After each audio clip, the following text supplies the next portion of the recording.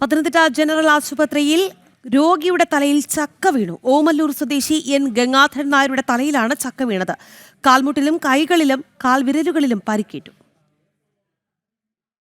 Pathanamthitta general ആശുപത്രിയുടെ അത്യാഹിത വിഭാഗത്തിന് മുൻപിലുള്ള പ്ലാവിൽ നിന്നാണ് ചക്ക അടർന്നു വീണത്. താഴെ നിന്ന ഓമല്ലൂർ സ്വദേശി 78-കാരൻ ഗംഗാധരൻ നായരുടെ തലയിലേക്കാണ് ചക്ക വീണത്. ബോധരഹിതനായ വയോധികനെ ഉടൻ തന്നെ കാഷ്വാലിറ്റിയിലേക്ക് മാറ്റി. CT സ്കാനിൽ തലയ്ക്ക് പരിക്കില്ലെന്ന് വ്യക്തമായി. 2 കാൽമുട്ടുകൾക്കും കൈകൾക്കും കാൽവിരലുകൾക്കും പരിക്കുണ്ട്. ആശുപത്രി വളപ്പിലെ മരങ്ങൾ മുറിച്ചു നീക്കാൻ അനുമതി തേടി സോഷ്യൽ ഫോറസ്ട്രിക്ക് കത്ത് നൽകിയതായി ആശുപത്രി സൂപ്രണ്ട് അറിയിച്ചു. ഇന്നലെ ഉച്ചയ്ക്ക് നമ്മുടെ ഇവിടെ വന്നൊരു പേഷ്യന്റ് മെഡിസിൻ മേടിക്കാൻ വന്ന പേഷ്യന്റാണ്.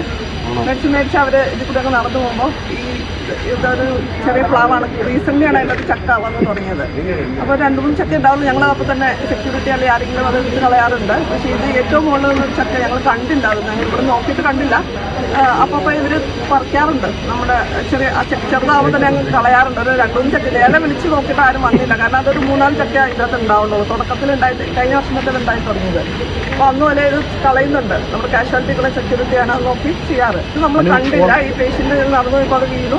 പേഷ്യന്റിന് ഒന്നും പറ്റിയില്ല. എന്നാലും ഞങ്ങളുടെ അപ്പോൾ തന്നെ പേഷ്യന്റിനെ കാഷ്വാലിറ്റിയിലേക്ക് കയറ്റി ഞങ്ങളെല്ലാം നോക്കി. കുഴപ്പമൊന്നുമില്ല. പക്ഷേ എന്നാലും ഞങ്ങൾ CT സ്കാൻ എടുത്തു. അതിനും കുഴപ്പമൊന്നുമില്ല. അപ്പോൾ എന്നാലും ഞങ്ങളിവിടെ ഒബ്സർവേഷനിൽ വെച്ചു. കാരണം ഒരു ദിവസം നമ്മുടെ ന്യൂറോളജിസ്റ്റ് വന്ന് കണ്ട് ഒബ്സർവേഷനിൽ ഒരു ദിവസം വെച്ചു.